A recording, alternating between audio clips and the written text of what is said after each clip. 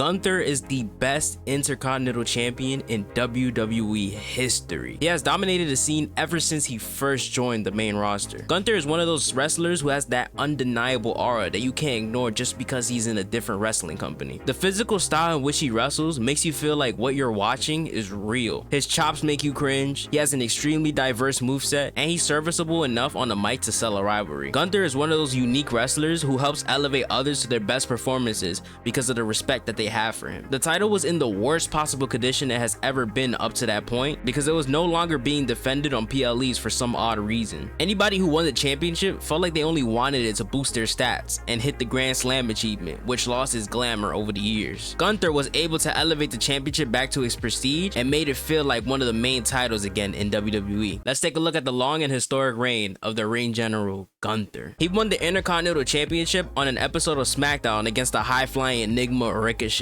They had a banger match that showcased the dominance of Gunther while also showing that he is able to make a smaller opponent feel believable enough to have a competitive matchup with him. Gunther was able to show his athleticism in the match despite his size and showed the many different directions he could take over a match. His next title defense was against Shinsuke Nakamura in another exciting match that honestly gave Gunther a run for his money. This was an exciting matchup because we knew that Shinsuke could match the intensity of Gunther's arsenal with his equally stiff moves. The match was a physical back and forth that proved Shinsuke can still go when he feels motivated enough to do so. This honestly was the match that gave me hope in Shinsuke Nakamura again. I thought he was going to be reviving his career at this point, but obviously that didn't go out too well. The next match in his title reign is one of those matches that got praised all the way till the end of his title reign, and that is his match with Sheamus at Clash at the Castle. This match is what helped define the status of Gunther in WWE. The story behind this rivalry was that Sheamus was chasing for the IC title because he never won it in his career. This championship would have made him a Grand Slam champion, so the stakes were at an all-time high for this match. Gunther was built up as this dominant force till this point, but Sheamus is one of the most physically dominant men in WWE, so Gunther was going to get a run for his money. This was the first time his championship reign felt like it was in jeopardy because of how they were building up Sheamus becoming a Grand Slam champion. This was the true definition of a big fight feel, and both men delivered at a high level. When you look at Sheamus's chest, it looked like raw ground beef ready to be cooked. You were on the edge of your seat this entire match because there were moments where you thought Sheamus was actually going to win the title. I really want Sheamus to become an Intercontinental Champion, but I didn't want it coming at the expense of Gunther, and I'm glad they went with the decision of Gunther retaining the title. Gunther finished off the match with a lariat, putting Sheamus away in convincing fashion. They went to war in this matchup, and it helped elevate Gunther's credibility in the WWE. Sheamus gained mass amount of respect on this night and has been treated as a legend ever since this match, making him feel like the most important he has felt in his entire career. The start of Gunther's Intercontinental title reign was off to a hot start. The two ended up having a rematch the following month on an episode of SmackDown. They tore the house down once again in the battle of powerhouse dominance. Just like their matchup at Clash of the Castle, they were going back and forth, but this time there was an interference happening on the outside. Imperium were trying to get involved to help Gunther get the advantage, but the Brawling Brutes were there to help fend them off. Sheamus was closing out the match preparing for a bro kick to Gunther, but that was countered with the same move that put Sheamus away at the PLE, a lariat. Gunther was putting away his opponents with moves that would be considered a weak finish if it was done by anybody else. But Gunther had this different flair and aggression to these simple moves that it felt convincing enough to conclude a match with. His next match was with another legend, Rey Mysterio. This match was like David versus Goliath, and you know how well Rey Mysterio meshed with larger opponents in his past. Gunther dominated a majority of this match as he took advantage of the size difference at his disposal. He stopped any little signs of comeback sequences from Rey, giving him little time to recover. Rey ended up finally catching some momentum, setting Gunther up for the 619, but caught a huge big boot to the face. Gunther then lifted Rey up for a lariat and transitioned it into a powerbomb, picking up the victory. By this time, Gunther has established to the main crowd that he could put on a great match with any style that you put him up against. The next match was against Ricochet, but this was a whole different version of him. Ricochet was treated like a nothing Intercontinental Champion when he held it and wasn't even defending it on PLEs, but this version of Ricochet was getting showcased every single week, pulling out highlights of the night. This match was much different from the first as Ricochet put up more of a fight. Gunther was dominating the first half of the match, tearing Ricochet apart. Ricochet was able to catch some fire, flying all over the place, catching Gunther off guard and riding the wave of momentum that he gained. He started pummeling Gunther, even at one point displaying his strength against him and was putting up one hell of a fight. Ricochet was throwing all he could at Gunther, but the strong offense was too much to handle. Gunther ended up powerbombing him and hitting him with the last symphony, putting Ricochet away. Any match that involves Ricochet is bound to be great, but now add Gunther to that equation and you will witness magic in that ring. The next match was against the monster of all monsters, Braun Strowman. This was a true testament of Gunther's in-ring ability because he was up against someone who was much larger and more of a physical presence than Gunther was. Gunther was noticeably smaller than Braun Strowman, and for the first time in his main roster career, he was the underdog in the match. The match started with Braun Strowman overpowering Gunther and stopping all of his attempts at offense. Gunther wrestled this match strategically, going after the arm of Braun Strowman to weaken his strength and start exposing his weaknesses. This was a slobber knocker match as they were chopping each other to utter obliteration. Gunther knew he wasn't going to win from using his power, so he had to focus on breaking down the arm of Strowman. Gunther hit Braun with a missile dropkick to the corner, then hit him with a thunderous lariat and was heading to the top rope to set up for a big splash. Strowman met him at the top rope and Gunther targeted his arm, getting Braun stuck on the top rope. Gunther then got him into powerbomb position from the top rope, stacked him up, and picked up the victory. This was easily one of Braun Strowman's best matches of his entire career. The next match was a pretty disappointing one. That was the match against Madcap Moss. No disrespect to Madcap Moss, but he was a literal jobber consistently on SmackDown, so nobody saw him as a threat for the title. The match was a skippable one, and nothing special really happened other than Gunther making Madcap look much better than he actually is. His next title defense was in his debut match at WrestleMania in a triple threat against Drew McIntyre and Sheamus. Gunther had his back against the wall as he was in a match against two people that despised him, that also happened to be tag team partners at the time. This match was a true spectacle, and the fact that the IC title had this amount of talent fighting for it again, it really felt like something special. This was a match where Gunther felt like he had a huge chance of losing the title because of the story going into it, Sheamus becoming a Grand Slam champion. Sheamus was the favorite, so everyone was at the edge of their seats whenever the match seemed like it was coming to an end. This was not a match that had any special moves, it was just three big dudes destroying each other in the middle of that ring. There was moments where you thought Sheamus would finally accomplish his dream. There were moments where Drew almost fulfilled his destiny, but in the end,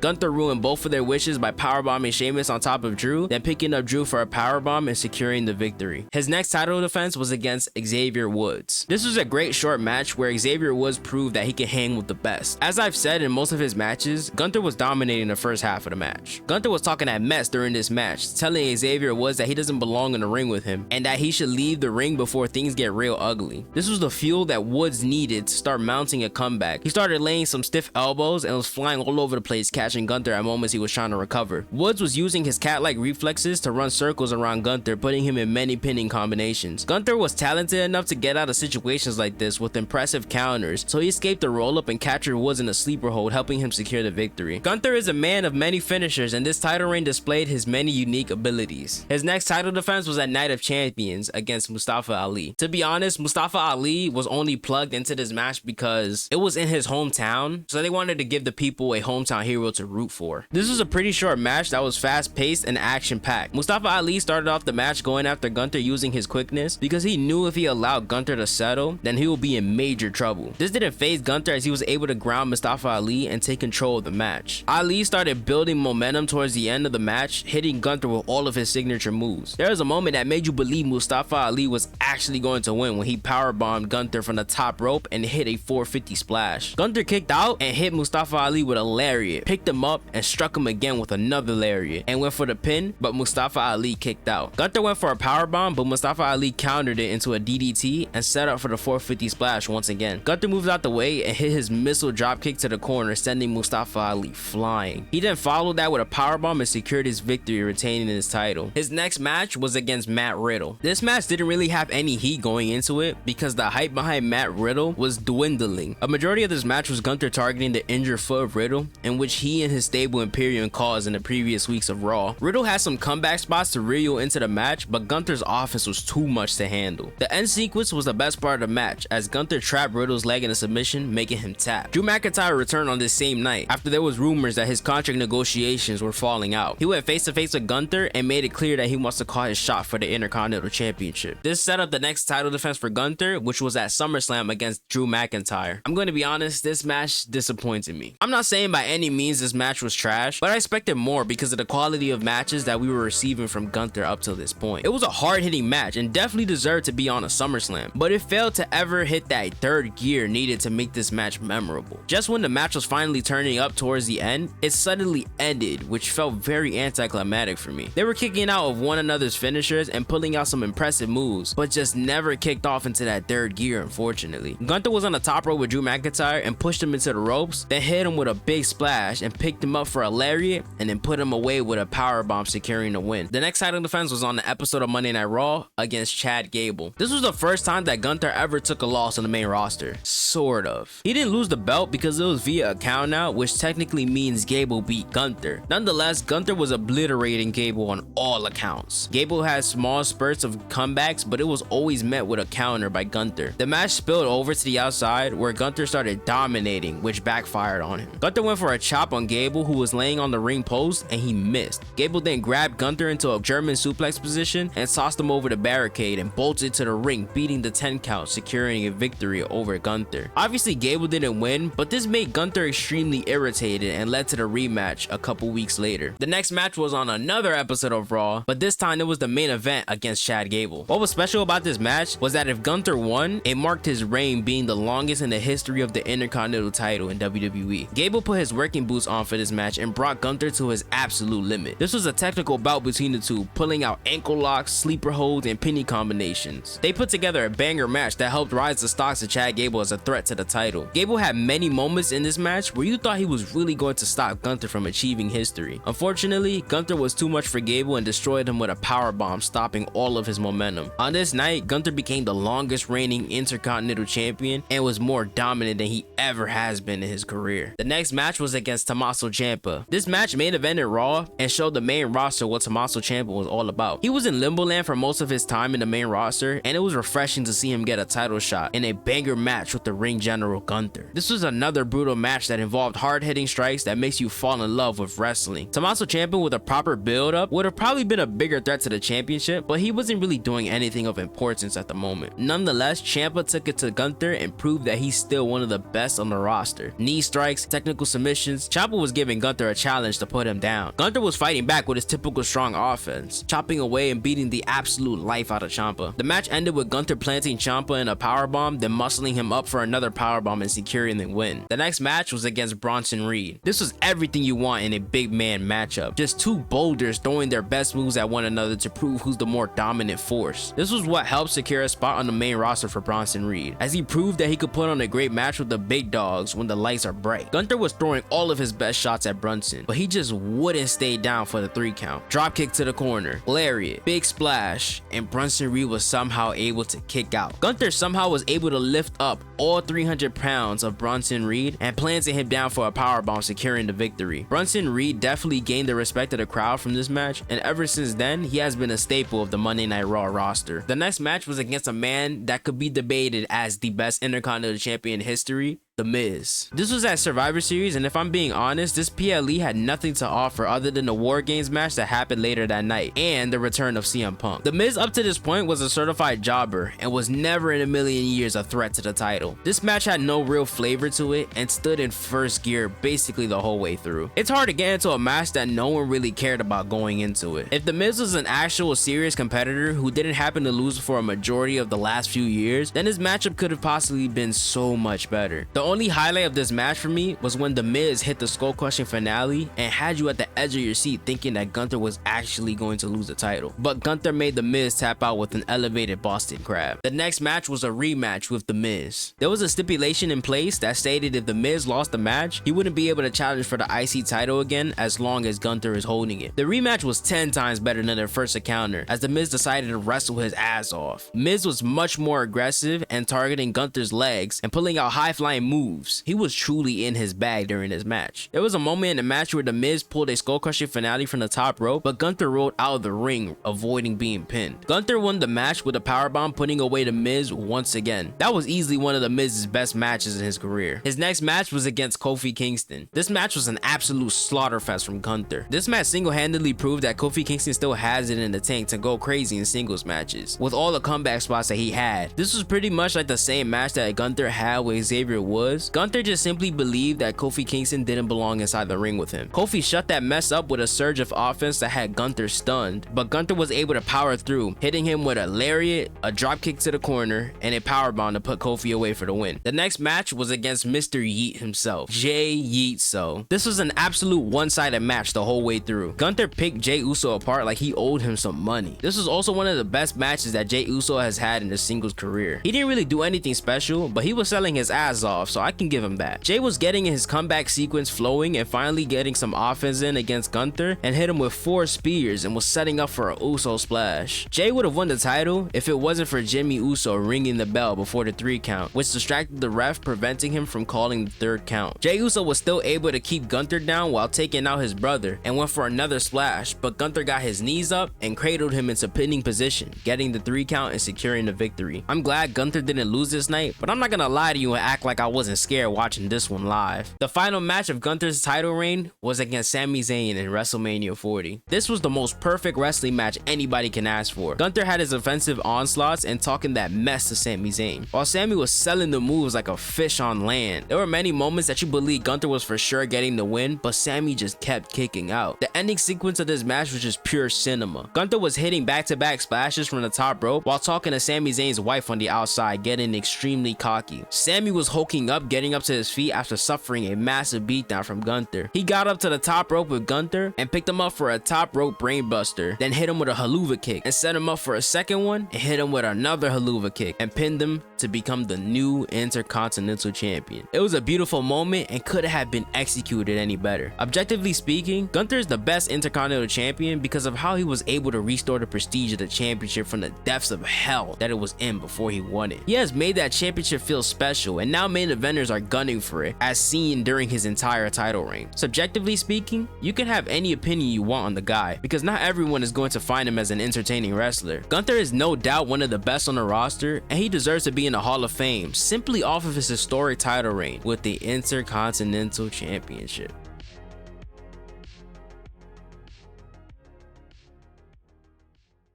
I hope you guys enjoyed the video. Make sure you like, comment, subscribe. Let me know what you think about Gunther's title reign. I think it was one of the best in my opinion. Make sure you follow all my social medias. It's going to be all in the links down below. Make sure you go join the Discord. That's where we have wrestling hot takes. We talk about the wrestling shows live. And overall, we just be having a great time over there. So make sure you join the Discord. It's down in the link below. I hope you guys have a beautiful and blessed day. And I'm going to see you guys in the next video. I'm out of here.